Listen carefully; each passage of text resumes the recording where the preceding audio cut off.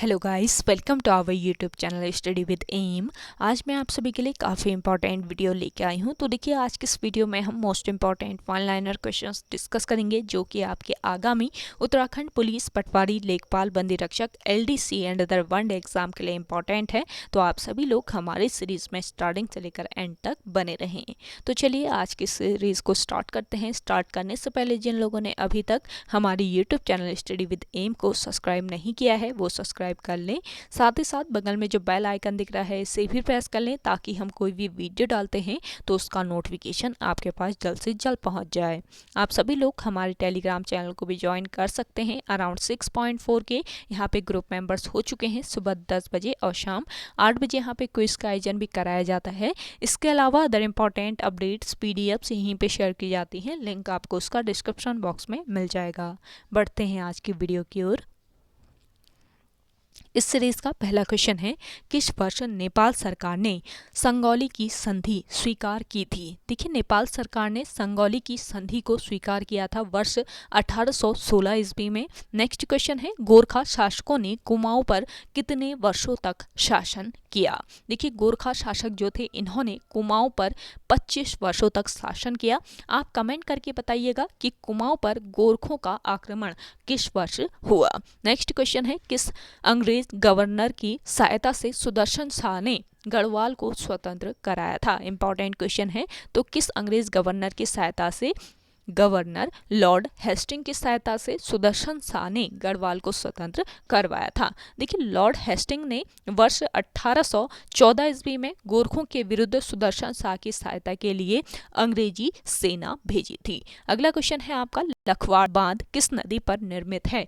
लखवाड़ बांध निर्मित किया गया है आपके किस नदी पर? यमुना नदी पर। और लखवाड़ बांध किस जनपद में स्थित है? तो देहरादून आपका राइट आंसर हो जाएगा। अगला देखिएगा, कालागढ़ बांध किस नदी पर निर्मित है? कालागढ़ बांध निर्मित किया गया है किस नदी पर? रामगंगा नदी पर, जो कि पौड़ी गढ़वाल जिले में स्थित है। अगला देखिएगा, जाड़गंगा नदी का उद्गम होता है। जाड़गंगा नदी जो है इसका उद्गम होता है थांगला दर्रे से। अगला देखिएगा, अप्सरा ताल किस जनपद में स्थित है? अप्सरा ताल स्थित है आपके किस जनपद में? टिहरी जनपद में।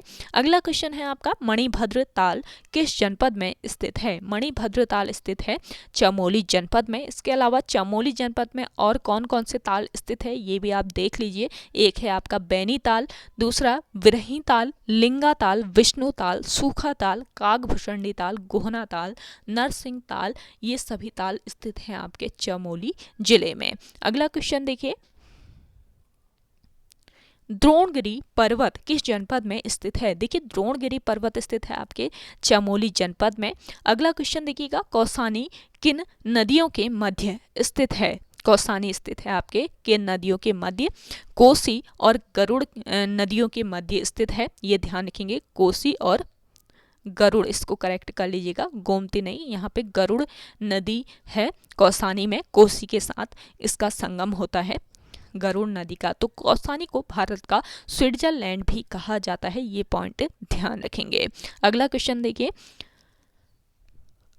टिहरी घंटाघर की स्थापना किसने व कब की थी? देखिए, टिहरी घंटाघर जो है इसकी स्थापना की थी किसने? कीर्ति शाह ने। कब की थी? 20 जून 1897 ईस्वी को। अगला क्वेश्चन है, उत्तराखंड के किस हिमनद को नमकीन झरना भी कहा जाता है? देखिए, नमकीन झरना भी कहा जाता है किस हिमनद को? नामिक हिमनद को, जो कि किस जनपद में स्थित है? पिथौरागढ़ जनपद में ये स्थित है। अगला देखिएगा, उत्तराखंड में भारत का सबसे लंबा डोबरा चांठी पुल किस नदी पर निर्मित है? देखिए, उत्तराखंड में है आपका भारत का सबसे लंबा पुल जिसका नाम है डोबरा चांठी पुल, और ये किस नदी पर निर्मित किया गया है? ये किया गया है निर्मित भागीरथी नदी पर, जो कि जिला पूछ लिया जाए किस जिले में स्थित है? टिहरी गढ़वाल जिले में ये स्थित है। और इसकी लंबाई की अगर हम बात करें तो 440 मीटर ये पुल लंबा पुल है। अगला क्वेश्चन देखिएगा, केदार शब्द का अर्थ क्या है? केदार शब्द का अर्थ होता है दलदली भूमि। नेक्स्ट क्वेश्चन देखिएगा, लखवाड़ बांध किस नदी पर निर्मित किया गया है? लखवाड़ बांध है आपका यमुना नदी पर, यह आपको मैंने बता दिया। अगला देखिए, अगला है आपका कुमाऊं में हिंदू मुस्लिम एकता प्रणेता के रूप में कौन प्रसिद्ध है। इंपॉर्टेंट क्वेश्चन है। तो देखिए कुमाऊं में हिंदू मुस्लिम एकता प्रणेता के रूप में प्रसिद्ध हैं बद्रीदत्त पांडे। अगला क्वेश्चन देखिए गुजरात के धरासाणा नामक स्थान में नमक डिपो पर धरना देने वाले उत्तराखंड के एकमात्र स्वयं सेवक कौन थे। तो देखिए गुजरात के धरासाणा नामक स्थान में नमक डिपो पर धरना देने वाले उत्तराखंड के एकमात्र स्वयं सेवक थे Jyotiram Kandpal. Most important question है। अगला देखिएगा चक्राता जो कि देहरादून में स्थित है। तो यहाँ पर प्रतिवर्ष अप्रैल माह के नवरात्रों में किस वीर शहीद की स्मृति में मेले का आयोजन किया जाता है। तो चक्राता में प्रतिवर्ष अप्रैल माह में नवरात्रों में किस वीर अमर शहीद वीर केशरी चंद की स्मृति में मेले का आयोजन किया जाता है। देखिए अमर शहीद वीर केशरी चंद को ब्रिटिशों के विरुद्ध षड्यंत्र करने के आरोप में 3 मई 1945 को फांसी दे दी गई थी और इन्हीं के स्मृति में यहाँ पर चक्राता में शहीद वीर केशरी चंद की स्मृति में मेले का आयोजन किया जाता है। अगला देखिएगा कुमाऊं परिषद को कांग्रेस में किस वर्ष सम्मिलित किया गया। इंपॉर्टेंट क्वेश्चन है ये भी। कुमाऊं परिषद को कांग्रेस में सम्मिलित किया गया था वर्ष 1926 ईस्वी में। कुमाऊं परिषद का प्रथम अधिवेशन कहाँ पर हुआ था ये आप कमेंट सेक्शन में कमेंट करके बताइएगा। अगला देखिएगा वर्ष 1922 ईस्वी में देहरादून से अभय नामक साप्ताहिक राष्ट्रीय पत्रिका का प्रकाशन किसने किया था। देखिए वर्ष 1922 ईस्वी में देहरादून से अभय नामक साप्ताहिक राष्ट्रीय पत्रिका का प्रकाशन प्रारंभ किया था किसने। स्वामी विचारानंद सरस्वती ने। देखिए सेशन पसंद आ रहा है तो लाइक कर लेना है आपको। जिन लोगों ने अभी भी हमारे YouTube channel study with M को सब्सक्राइब नहीं किया है वे लोग जरूर सब्सक्राइब कीजिएगा और ज़्यादा से ज़्यादा इस सेशन को शेयर कीजिए अपने दोस्तों के साथ अपने व्हाट्सएप ग्रुप्स में। डेली आपको ये सेशन प्रोवाइड कराया जा रहा है सुबह 10 बजे। साथ ही साथ forest guard special mock series आपको प्रोवाइड की जा रही है स्टडी विद एम पर और आपको रात को 8 बजे आज से उत्तराखंड टॉप 20 MCQ वाली सीरीज़ भी मिलेगी। तो आज रात को 8 बजे आप उस सीरीज़ को ज़रूर ज्वाइन कीजिएगा। साथ ही साथ आपको फॉरेस्ट गार्ड स्पेशल सीरीज़ जो है वो शाम को 6 बजे प्रोवाइड की जाएगी स्टडी विद एम पर। तो जिन लोगों ने सब्सक्राइब नहीं किया है वे लोग सब्सक्राइब कर लीजिए। साथ ही साथ बगल में आपको बेल आइकन दिख रहा होगा उसको भी प्रेस कर लीजिए ताकि हम इन वीडियोज़ को डालते हैं अपने यूट्यूब चैनल पर तो आपको उसका नोटिफिकेशन तुरंत मिल जाए। तो चलिए नेक्स्ट क्वेश्चन है आपका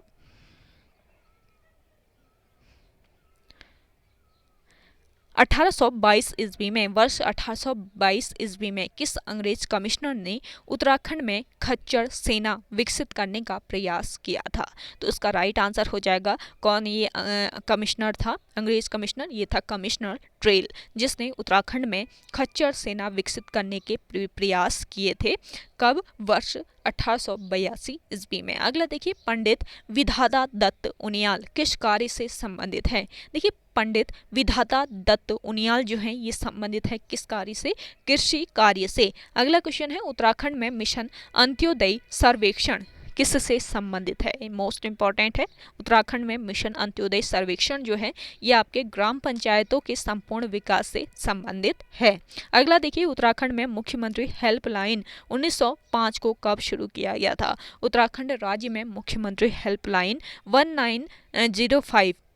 1905 है ये। तो इसको कब शुरू किया गया था। 23 फरवरी 2019 को शुरू किया गया था। अगला देखिएगा सूर्यधार झील उत्तराखंड के किस जनपद में निर्माणाधीन है। तो सूर्यधार झील स्थित निर्माणाधीन है आपके कहाँ पर। देहरादून जनपद में। अगला देखिएगा 1 दिसंबर 2019 को जानकी मंदिर नेपाल में राम विवाह संपन्न किया गया। अयोध्या के अतिरिक्त अन्य किस स्थान से राम बारात निकाली गई थी। तो देखिए राम की जो बारात है एक तो आपके अयोध्या में निकाली जाती है और दूसरा कहाँ से निकाली गई। देवप्रयाग में स्थित रघुनाथ मंदिर से। देवप्रयाग में स्थित है भगवान राम का रघुनाथ मंदिर और यहाँ से उत्तराखंड राज्य में देवप्रयाग से राम की बारात निकाली गई थी। और 1 दिसंबर 2019 को जानकी मंदिर नेपाल में राम का विवाह संपन्न किया गया था और ये बारात कहाँ से निकली थी? देवप्रिया के रघुनाथ मंदिर से। अगला देखिए, हिमालय पुत्र हेमवती नंदन बहुगुणा का जन्म शताब्दी वर्ष था। देखिए, हिमालय पुत्र है हेमवती नंदन बहुगुणा और इनका जन्म शताब्दी वर्ष कौन सा था? वर्ष 2019। हेमवती नंदन बहुगुणा का जन्म वर्ष 1919 को जनपद पौड़ी गढ़वाल के बुधानी गांव में हुआ था। अगला क्वेश्चन देखिएगा, वर्ष 1905 ईस्वी में देहरादून से गढ़वाली नामक समाचार पत्र का प्रकाशन प्रारंभ हुआ। इसे किस वर्ष साप्ताहिक पत्र बनाया गया था? देखिए, वर्ष 1905 ईस्वी में देहरादून से गढ़वाली नामक समाचार पत्र का प्रकाशन शुरू हुआ और इसे साप्ताहिक पत्र बना दिया गया किस वर्ष? वर्ष 1913 ईस्वी में। अगला क्वेश्चन है, अल्मोड़ा में होम रूल लीग की शाखा को कब स्थापित किया गया? अल्मोड़ा में होम रूल लीग की शाखा को वर्ष 1914 ईस्वी में स्थापित किया गया।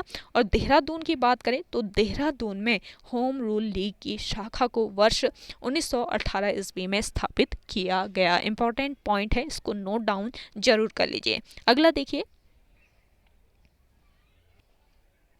वर्ष 1916 ईस्वी में कुमाऊं परिषद की स्थापना कहाँ पर की गई थी? देखिए, कुमाऊं की जो स्थापना है ये की गई थी वर्ष 1916 ईस्वी में नैनीताल में इसकी स्थापना की गई थी। अगला देखिए, अल्मोड़ा में हैप्पी क्लब की स्थापना किस वर्ष की गई? अल्मोड़ा में हैप्पी क्लब की स्थापना हुई थी वर्ष 1903 ईस्वी में। देखिए, अल्मोड़ा में हैप्पी क्लब को गोविंद वल्लभ पंत तथा हरगोविंद पंत के प्रयत्नों से स्थापित किया गया और हैप्पी क्लब को स्थापित करने का मुख्य उद्देश्य नव युवकों में राजनीतिक चेतना का संचार करना है। अगला देखिए, अल्मोड़ा में डिबेटिंग क्लब की स्थापना कब की गई? अल्मोड़ा में डिबेटिंग क्लब की स्थापना वर्ष 1970 ईस्वी में की गई थी। अगला देखिए, आत्मचंद किस चंद शासक का पुत्र था? आत्मचंद जो था ये चंद शासक सोमचंद का पुत्र था। अगला क्वेश्चन देखिए, कुंवर सिंह नेगी का ब्रेल लिपि के लिए किस वर्ष पद्म भूषण से सम्मानित किया गया? कुंवर सिंह नेगी जो है इनको ब्रेल लिपि के लिए, किस लिपि के लिए? ब्रेल लिपि के लिए पद्म भूषण सम्मान से सम्मानित किया गया है, पद्म विभूषण से। तो किस वर्ष? वर्ष 1990 ईस्वी में। अगला देखिएगा, टिहरी बांध परियोजना स्थल पर किस वर्ष भूस्खलन हुआ था? टिहरी बांध परियोजना स्थल पर भूस्खलन हुआ था वर्ष 2004 में। अगला देखिए, गोस्वामी तुलसीदास किसकी रचना है? देखिए, गोस्वामी तुलसीदास ये रचना है किसकी? पीताम्बर दत्त बड़थवाल की। इंपॉर्टेंट क्वेश्चन है, इसको ध्यान में रखिए। अगला देखिए, भूतों की बारात किसका प्रसिद्ध उपन्यास है? तो भूतों की बारात ये प्रसिद्ध उपन्यास है इलाचंद्र जोशी का। इलाचंद्र जोशी जो हैं ये एक मनोवैज्ञानिक उपन्यासकार हैं, ये ध्यान रखेंगे। अगला है आपका विष कन्या किसका प्रसिद्ध उपन्यास है? देखिए, विष कन्या जो उपन्यास है ये किसका है? गौरापंत शिवानी का। अगला देखिए, अमर सत्य किसका प्रसिद्ध उपन्यास है? अमर सत्य प्रसिद्ध उपन्यास है दुर्गा दत्त त्रिपाठी का। अगला देखिए, लोक देवता ओणेश्वर महादेव के खेत में धान की रोपाई व कटाई की परंपरा किस जनपद में है? तो देखिए, लोक देवता ओणेश्वर महादेव के खेत में धान की रोपाई व कटाई की परंपरा जो है ये किस जनपद में? टिहरी जनपद में है। टिहरी जनपद के प्रताप नगर में। अगला देखिए, मनसार मेला किस जनपद में आयोजित किया जाता है? मनसार का जो मेला है ये आपके पौड़ी गढ़वाल में आयोजित किया जाता है। मनसार मेला दीपावली पर्व के 11वें दिन दीपावली पर्व के 11 दिन बाद द्वादशी तिथि को पौड़ी गढ़वाल में प्रतिवर्ष आयोजित किया जाता है मनसार का मेला दीपावली पर्व के 11 दिन बाद। अगला देखिए, गंगवाड़स्यु घाटी के जनपद में स्थित है। गंगवाड़स्यु है इसका सही प्रोनाउंसिएशन, आपको करेक्ट कर लेना है। गंगवाड़स्यु घाटी जो है ये आपके किस जनपद में? पौड़ी गढ़वाल में स्थित है। अगला देखिएगा, नागा रेजिमेंट को कितनी इकाइयों में विभाजित किया गया है? आपका नागा रेजिमेंट जो है इनको 4 इकाइयों में विभाजित किया गया है। एक है आपका Naga first, Naga second, Naga third और 164 इन्फेंट्री बटालियन। अगला देखिए, दूधातोली लोक विकास संस्थान के संस्थापक कौन थे? दूधातोली लोक विकास संस्थान के संस्थापक थे सच्चिदानंद भारती। देखिए, काफ़ी इंटरेस्टिंग आपको ये सीरीज प्रोवाइड कराई जा रही है। सो डेली आपको सुबह 10 बजे ये सीरीज मिलती है जो कि आपके आगामी सभी उत्तराखंड एग्जाम के लिए इंपॉर्टेंट है। तो आप सभी लोग इस सीरीज को जरूर फॉलो कीजिएगा। साथ ही साथ आपको शेयर करना है अपने दोस्तों के साथ अपने व्हाट्सएप ग्रुप्स में। अगला देखिए, हाथी पांव कहाँ पर स्थित है? हाथी पांव पार्क ये स्थित है कहाँ पर? देहरादून जनपद के मसूरी में स्थित है हाथी पांव पार्क। नेक्स्ट क्वेश्चन है, गंगोली हाट पिथौरागढ़ में किस मंदिर के समीप जमीन के अंदर घड़े में 300 तांबे के सिक्के प्राप्त हुए? तो देखिए गंगोली हाट पिथौरागढ़ में स्थित है एक मंदिर जिसका नाम है कालिका मंदिर। तो यहाँ पर कालिका मंदिर में देवदार वृक्षों के नीचे एक व्यक्ति को वर्ष 1982 ईस्वी में घड़े के अंदर 300 तांबे के सिक्के प्राप्त हुए। अगला देखिएगा, चंद राजाओं की प्रारंभिक राजधानी कहाँ पर थी? चंद राजा जो थे इनकी प्रारंभिक राजधानी थी चंपावत में, और चंद राजाओं की प्रारंभिक राजधानी चंपावत में काली नदी और चंपावती नदी के तट पर स्थित थी। और इसकी दूसरी जो राजधानी थी कहाँ पर थी? आप कमेंट सेक्शन में कमेंट करके बताइएगा, चंद वंश की। अगला देखिए, किस चंद शासक के द्वारा पंचायती राज व्यवस्था की नींव डाली गई थी? मोस्ट इंपॉर्टेंट है। तो कौन सा ये चंद शासक था?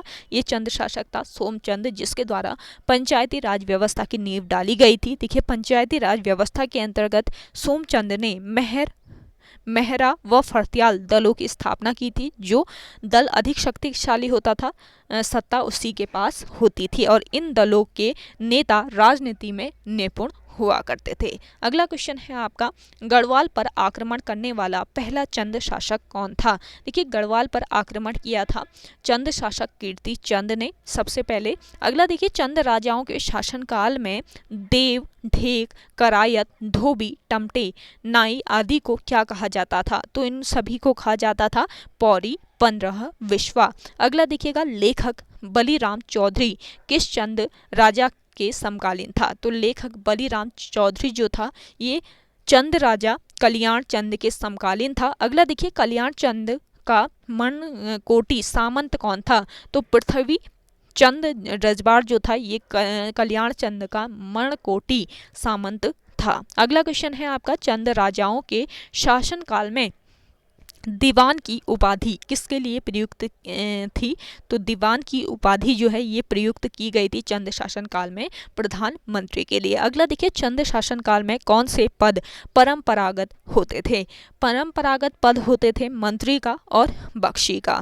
अगला देखिएगा, चंद राजाओं का शासन कितने परगनों में विभक्त था? तो चंद राजाओं का जो शासन था ये 2 परगनों में विभक्त था। परगना व गरखे चंद साम्राज्य की सबसे छोटी इकाई होती थी, ये पॉइंट ध्यान रखेंगे। और 2 परगने होते थे। पहला परगना नागरिक अधिकारी के अधीन होता था, जबकि दूसरा परगना जो था ये सेनापति के अधीन होता था। और नागरिक परगने के अधिकारी को क्या कहा जाता था? सीकदार या सरीदार इसको कहा जाता था। अगला देखिएगा, चंद शासन काल में भंडारों में इकट्ठा अनाज को राजा तक पहुंचाने का कार्य कौन करता था? तो चंद शासन काल में भंडारों में जो अनाज इकट्ठा किया गया था उसको राजा तक पहुंचाने का कार्य कैनी के द्वारा किया जाता था। कैनी जो खेत में काम करने वाले कृषि मजदूर होते थे उनको कहा जाता था। अगला देखिए, कैनी यानी कि कृषि मजदूरों के खाने पीने आदि निजी खर्चों की जिम्मेदारी किसकी होती थी? तो किसकी? प्रधान की ये जिम्मेदारी होती थी। और प्रत्येक गांव के लिए एक प्रधान नियुक्त होता था जो कि गांव में पुलिस तथा मालगुजारी का काम करता था। अगला देखिए, किन राजाओं के शासनकाल में पंचनवीसी कचहरी होती थी? देखिए पंचनवीसी कचहरी इस चंद शासक के शासनकाल में, किन राजाओं के शासनकाल में? चंद राजवंश के शासनकाल में पंचनवीसी कचहरी होती थी। इंपॉर्टेंट क्वेश्चन है। अगला देखिएगा, सीराकोट चंद शासन काल में क्या था? तो ये कुख्यात कारागार हुआ करता था सीराकोट जो है चंद शासन काल में, और इस कारागार में राजा दीपचंद को भी रखा गया था। अगला देखिए, दीपचंद ने कहाँ पर स्वयं की अष्टधातु मूर्ति स्थापित की थी? तो दीपचंद ने कहाँ पर अष्टधातु की मूर्ति स्थापित की? जागेश्वर में स्वयं अपनी अष्ट धातु मूर्ति स्थापित की थी राजा दीपचंद ने। और किसने राजा दीपचंद के जीवित रहते स्वयं को कुमाऊं का राजा घोषित किया था? तो ये कौन था? मोहन सिंह रौतेला। अगला देखिए, लखोडियार शैलाश्रय का आकार किस प्रकार का है? तो लखोडियार शैलाश्रय जो है ये आपका किस आकार का है? नागफनी के आकार का और लखू उद्यान में मुख्य विषय सामूहिक नृत्य का है। आप कमेंट करके बताइएगा कि लाखों उद्यान या लाखों गुफा जो है इसकी खोज किस वर्ष की गई थी। अगला देखिएगा, फड़कानौली तथा पेटशाल शैलाश्रयों की खोज किसके द्वारा की गई थी? तो फड़कानौली और पेटशाल शैलाश्रय जो है इनकी खोज की गई थी डॉक्टर यशोधर मठवाल के द्वारा। अगला देखिए, कछार देवी पहाड़ी के जनपद में स्थित है। कछार देवी पहाड़ी है आपके अल्मोड़ा जनपद में और कछार देवी पहाड़ी में विभिन्न शैलाश्रय स्थित हैं। अगला देखिए, उत्तराखंड के किस उद्यान में सबसे सुंदर मानव आकृतियां स्थित है? मोस्ट इंपॉर्टेंट क्वेश्चन है। तो उत्तराखंड राज्य के जो गोरखा उद्यान है यहाँ पर सबसे सुंदर मानव आकृतियां स्थित हैं और गोरखा उद्यान में मनुष्यों को त्रिशूल आकार में अंकित किया गया है।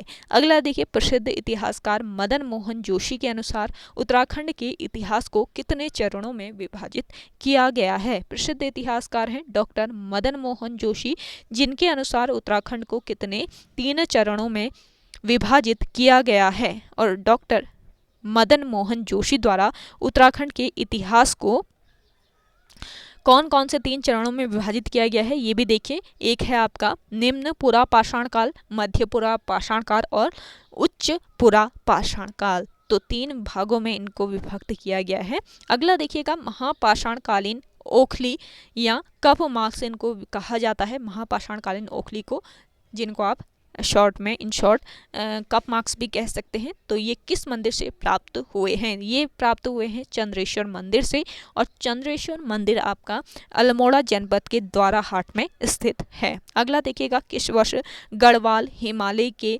मलारी ग्राम में समाधान खोजे गए थे? देखिए मलारी गांव में समाधानों की खोज की गई थी वर्ष 1956 ईस्वी में और मलारी ग्राम में समाधानों की खोज का जो श्रेय है ये किसको दिया जाता है? सर्वप्रथम डॉक्टर शिव प्रसाद डबराल को दिया जाता है। इंपॉर्टेंट ये पॉइंट है, इसको नोट डाउन कर लीजिए। अगला क्वेश्चन है आपका, बालचा धुरा दर्रा किस जनपद में स्थित है? देखिए बालचा धुरा नामक जो दर्रा है ये स्थित है आपके किस जनपद में? चमोली जनपद में। बालचा धुरा दर्रा जो है ये किस किस को आपस में जोड़ता है ये भी आपको पता रहना चाहिए। तो चमोली और तिब्बत को आपस में जोड़ने वाला दर्रा है बालचा धुरा दर्रा। अगला क्वेश्चन है, कल्पनाथ बुग्याल किस जनपद में स्थित है? देखिए कल्पनाथ जो बुग्याल है ये स्थित है आपके किस जनपद में? चमोली जनपद में। नेक्स्ट क्वेश्चन देखिएगा, खलिया, लड़ी पांगती, राहली और छिपला कोट बुग्याल किस जनपद में स्थित है? देखिए ये सभी बुग्याल है आपका, खलिया बुग्याल, लड़ी पांगती बुग्याल, राहली बुग्याल और छिपला कोट बुग्याल, ये सभी बुग्याल स्थित हैं किस जनपद में? पिथौरागढ़ जनपद में। अगला देखिएगा, पौवाली काठा बुग्याल किस जनपद में स्थित है? पौवाली काठा नामक जो बुग्याल है ये है आपके किस जनपद में? टिहरी जनपद में। अगला देखिए, पंचाचूली शिखर की ऊंचाई कितनी है? पंचाचूली शिखर जो कि आपके किस जनपद में स्थित है? पिथौरागढ़ जनपद में स्थित है और इसकी हाइट की बात करें तो 6904 मीटर इसकी हाइट है। अगला देखिए, उर्स मेला किस जनपद में आयोजित किया जाता है? उर्स मेला का आयोजन किया जाता है हरिद्वार में, हरिद्वार जनपद में इसका राइट आंसर हो जाएगा। अगला देखिएगा, बैजनाथ मंदिर किस नदी के तट पर स्थित है? देखिए बैजनाथ जो मंदिर है आपका ये किस नदी के? गोमती नदी के तट पर स्थित है और बैजनाथ मंदिर का निर्माण किसके द्वारा कराया गया था? कत्यूरी राजाओं के द्वारा किया गया था। अगला है नानक मत्ता जो कि कहाँ पर लोकेटेड है? उधम सिंह नगर में। और इसका प्राचीन नाम बताना है कि नानक मत्ता का प्राचीन नाम क्या था? तो नानक मत्ता जो है इसका प्राचीन नाम है बख्शी और नानक मत्ता तीर्थ के निकट कौन सा बांध स्थित है? नानक सागर बांध। अगला देखिएगा, दांडी यात्रा में कुमाऊं से किसने भाग लिया था? देखिए दांडी जो यात्रा थी इसमें कुमाऊं से भाग लेने वाले कौन थे? ज्योतिराम कांडपाल थे। अगला देखिएगा, सिंगौली भटवाड़ी जल विद्युत परियोजना किस नदी पर निर्माणाधीन है? तो देखिएगा सिंगौली भटवाड़ी जल विद्युत परियोजना ये निर्माणाधीन है किस नदी पर? मंदाकिनी नदी पर। आप सभी लोग कमेंट करके बताइएगा कि सिंगौली भटवाड़ी जल विद्युत परियोजना जो है ये किस जनपद में स्थित है, निर्माणाधीन है, ये बताइएगा कमेंट करके। अगला है आपका, बालेश्वर मंदिर किस जनपद में स्थित है? बालेश्वर का जो मंदिर है ये स्थित है आपके किस जनपद में? चंपावत जनपद में। और बालेश्वर मंदिर से क्रांचल देव का वर्ष 1223 ईस्वी का लेख प्राप्त हुआ है। इसमें मांडलिक राजाओं के नाम अंकित हैं और मांडलिक राजा एक प्रकार के सामंत होते थे जो अपने अधिपति के अधीन काम करते थे। अगला देखिएगा, नेक्स्ट क्वेश्चन है आपका, अल्मोड़ा में देवता के रूप में पूजनीय गंगनाथ किस वंश के राजकुमार थे? तो देखिए, अल्मोड़ा में देवता के रूप में पूजनीय है गंगनाथ देवता, जो कि किस वंश के राजकुमार थे? आपका राइट आंसर हो जाएगा चंद वंश।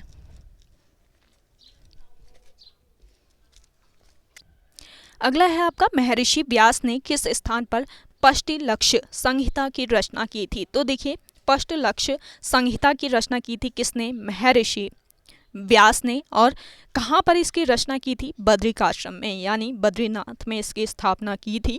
और महर्षि व्यास ने बद्रिकाश्रम में व्यास गुफा नामक स्थान पर महाभारत की कथा सुनी थी। अगला देखिएगा, समुद्रगुप्त के प्रयाग प्रशस्ति लेख में कुमाऊं को क्या कहा गया है? मोस्ट इंपॉर्टेंट है। समुद्रगुप्त के प्रयाग प्रशस्ति जो लेख है, इसमें कुमाऊं को क्या कहा गया है? कार्तिकेयपुर। अगला क्वेश्चन देखिएगा, देखिए, कुमाऊं को हुइनसांग ने ब्रह्मपुर नाम से संबोधित किया था, ये पॉइंट भी आप ध्यान रख लीजिए। अगला देखिए, राजा सोनपाल ने अपनी पुत्री का विवाह किसके साथ किया था? सोनपाल जो था, इसने अपनी पुत्री का विवाह किया था कनकपाल के साथ। अगला देखिए, पूर्व काल में गंगा नदी की घाटियों में निवास करने वाले लोग क्या कहलाते थे? तो पूर्व काल में गंगा नदी की घाटियों में निवास करने वाले जो लोग थे, ये कहलाते थे क्या? किरात। और प्राचीन ग्रंथों में गंगा नदी तथा देवी दुर्गा को किराती नाम से संबोधित किया जाता था। अगला देखिएगा, किरातों ने किस नदी के तट पर पांडव पुत्र अर्जुन से युद्ध किया था? तो किरातों ने किस नदी के तट पर? अलकनंदा नदी के तट पर पांडव पुत्र अर्जुन से युद्ध किया था। और किरातों ने अर्जुन से जिस स्थान पर युद्ध किया था, वह स्थान विल्व केदार के केदार तीर्थ के नाम से प्रसिद्ध हुआ, तो इसको विल्व केदार कहा जाता है। अगला देखिएगा, काव्य मीमांसा ग्रंथ के लेखक कौन है? काव्य मीमांसा जो ग्रंथ है, इसके लेखक हैं आचार्य कवि राजशेखर। और काव्य मीमांसा ग्रंथ में भगवान शिव के सुंदर स्थान का वर्णन किया गया है। अगला क्वेश्चन है आपका, किरात जाति के लोगों का मुख्य व्यवसाय क्या था? देखिए, किरात जाति के जो लोग होते थे, इनका मुख्य व्यवसाय था आखेट और पशुपालन। अगला देखिएगा, कुमाऊं में किन स्थानों पर किरातों के वंशज मुख्यतः निवास करते हैं? तो देखिए, किरातों के जो वंशज हैं, ये मुख्यतः पिथौरागढ़ जनपद के अस्कोट एवं डीडीहाट में निवास करते हैं। अगला देखिए, किस जाति के लोगों में मृतकों की प्रिय वस्तु को उनकी समाधि में रखने की प्रथा प्रचलित थी? तो किस जाति के लोगों में? शक जाति के लोगों में इस प्रकार की प्रथा का प्रचलन था। तो ये चीज़ें आप ध्यान रखिएगा। तो ओके गाइज, आज के सेशन में इतना ही। आई होप आपको आज का ये सेशन पसंद आया होगा। अगर आज का ये सेशन आपको पसंद आता है तो इस सेशन को लाइक कीजिएगा, शेयर कीजिए। और जिन लोगों ने अभी भी हमारे YouTube channel study with M को सब्सक्राइब नहीं किया है, वे लोग जरूर सब्सक्राइब कीजिएगा। शाम को 6 बजे आपके forest guard special mock series provide की जाएगी। साथ ही साथ आपको रात को 8 बजे उत्तराखंड टॉप 20 MCQ वाली सीरीज भी मिलेगी। तो आप सभी लोग उन दोनों क्लासेस को जरूर फॉलो कीजिएगा। तो चलिए, मिलते हैं एक नए इंटरेस्टिंग क्लास के साथ। तब तक के लिए धन्यवाद।